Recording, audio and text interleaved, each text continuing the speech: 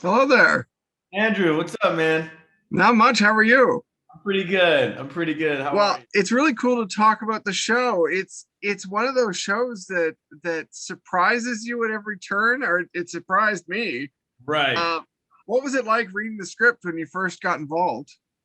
I mean, it was really cool. The thing about this show is that, like, because it takes place over three different generations, when I'm watching it, I'm seeing things and people that I really didn't work with at all. You know what I mean? So even watching the show myself, even though I was in it, it was kind of like watching it and like kind of seeing everything for the first time because I only existed in that small little world. So yeah, and you want to talk about like the cliffhanger at the end. I mean, Maggie did a really great job of adapting the novel to the TV show, and let's hope we keep going. I haven't read the book, so for me, it's all a surprise. And Yeah. I do know a little bit, but I know that your character isn't actually in the book.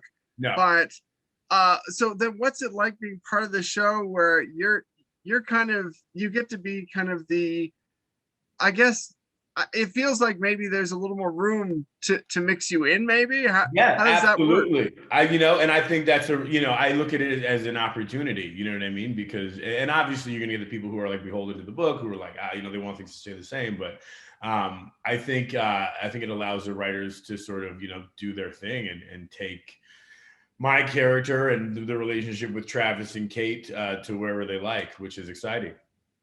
Tell me about Travis. How do you see Travis? Travis is. I was telling people Travis is like.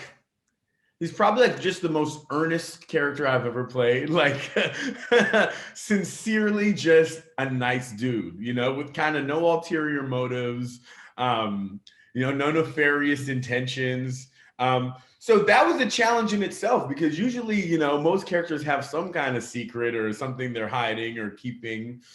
And as far as we know, Travis is on the up and up.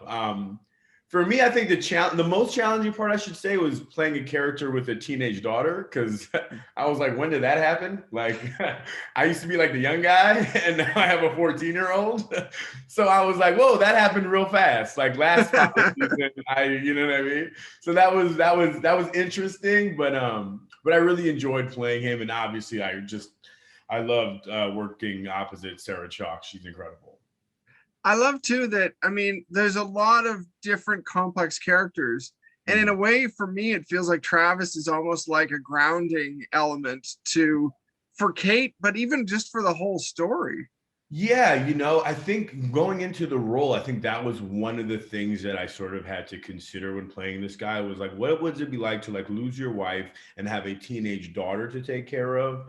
So, so I tried to sort of bring like the weight of responsibility and then subsequently like a calmness to Travis, sort of just like a grounded nature to be like, listen, like, and I think it shows in the way that he really likes Kate, because he really wants to be with Kate on her terms, like whatever that looks like for her, even if they're not together. I think he'd be okay with it as long as it's what she wants, which is I think a really cool idea. What was your favorite part of the show? And I mean, maybe a scene that you did, or even just in general, did you have something that popped for you? Well, I'm going to answer the opposite. My least favorite part was doing the karaoke scene.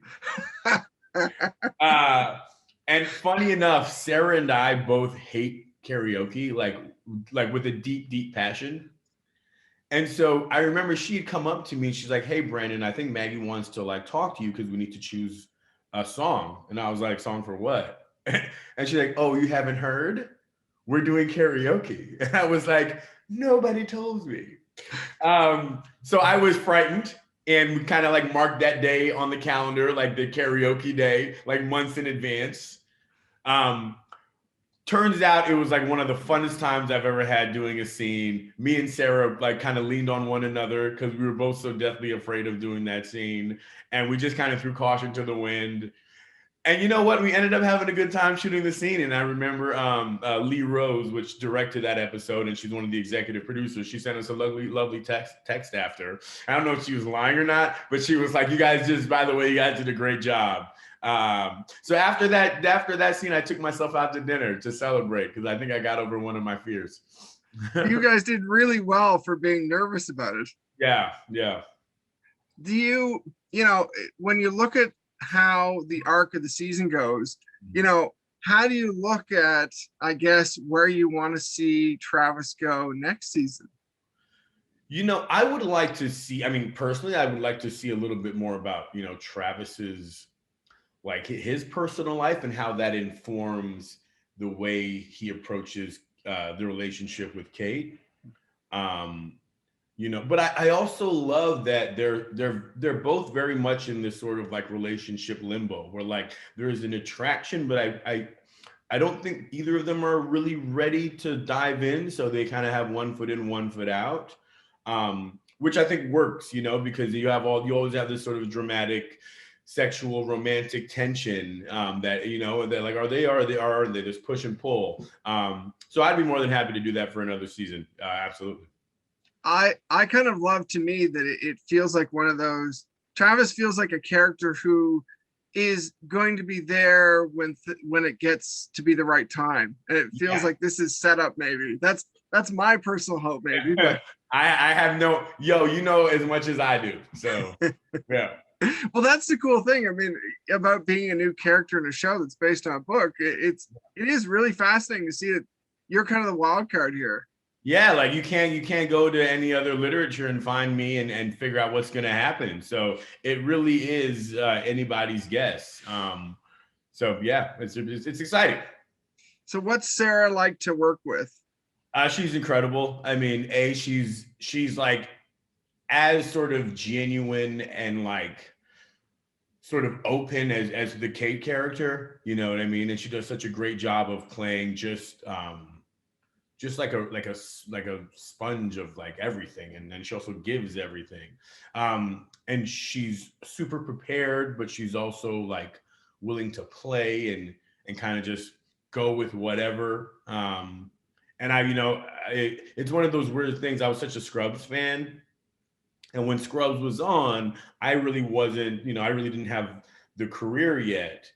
And so, working with Sarah, I find myself all the time, like in a scene with her, being like in my brain, I'll be like, oh my God, that's Sarah Chalke. Sarah Chalke is right there. So, Brandon, do the scene. Listen to what she's saying. This is not acting. And so it was a real joy to work with her. She's great. I was a big fan too. And I got to interview her a few years ago. And I can say even just interviewing her is like, oh my God. Yeah, you know what I mean? That's her, but that's like really her, and it's not an act. Like that's who she is all the time, and it's lovely. So for you, otherwise, I mean, what's the pandemic been like for you as an actor, and kind of what's happening now for you, and what's coming next? The pandemic. I mean, obviously, the pandemic was hard for everybody. The moment, because I do live, I'm Canadian, but I live in Los Angeles. I've been there for about 15 years now. So the moment production started in Canada, and I think it started in July in Vancouver, I drove up just to see if I could get on something, because, we'd all been shut down for 6-7 months.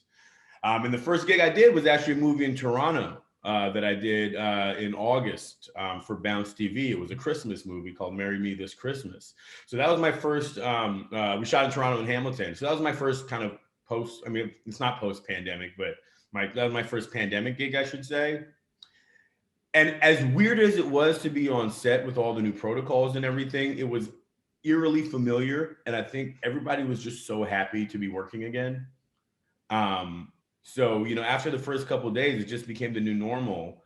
But at the same time, it's an opportunity for us to be together and socialize and have somewhere to go and look forward to and have, people who are like-minded and hang out with. So that was great. And now I'm doing Turner and Hooch in Vancouver, the Disney Plus reboot. I didn't know that. Oh yeah, that's why I'm in Vancouver right now. Yeah, so we've been shooting. I've been here since September shooting. Yeah, that's fantastic. Yeah. So that's gonna come out sometime in 2021, which I think will be great. It's Josh Peck is playing Scott Turner, and it's like a buddy cop action comedy with the same slobbery dog. So it's a lot of fun. What can you tell me anything about that? I know you can't say much, but is I there can't say anything you can much share? yet because Disney Plus hasn't started to do the push yet. But I can tell you that McG directed our pilot. He's incredible. And like I said, it's like an hour-long comedy with a ton of action. We play U.S. Marshals, and yeah, it's gonna be a lot of fun. That's awesome. Yeah, I can definitely say I was a fan of the original movie, so yeah. it'll be interesting to see a show. Yeah, it's really cool, man. What are you doing otherwise? Are you like, how do you spend your spare time? Well, like I said, because I'm doing the show, thank goodness, I don't have a ton. And when I do, I'm trying to learn my lines and prepare. But other than that, like, especially like when you're on a show, like same kind of things. I try to go to the gym as much as I can. Gyms are still open here, miraculously enough. My parents still live out here, which is great. So, we get tested 3 times a week for COVID. So, I get to go see them. I feel relatively safe because I get tested so much. So that's kind of been like a nice, unpredictable, precipitation of this whole thing, that I get to be close to them during this pandemic, because I know a lot of people aren't able to see their family and friends. Yeah, so we wrap up in May 1st, I think, and then we'll see what happens after that. Well, the last thing I'd like to know is, you've got quite an awesome mix of genres and shows and movies and everything else in your resume. Yeah. What do you have a favorite style, a favorite, like I've enjoyed you in the past on some of your more I guess sci-fi type stuff roles, yeah. But what's your favorite? I gotta say, playing Dale Jakes on Graceland on USA Network, that was my favorite. Just because Jeff Easton, who was the creator and the showrunner, who's still a great friend, I think he just really trusted me as an actor, and so he gave me a lot of great material to roll with. And I appreciate it, like sometimes, especially in an ensemble cast, you can just kind of become an accessory or an ancillary piece, but he really sort of gave me the opportunity to kind of do my thing.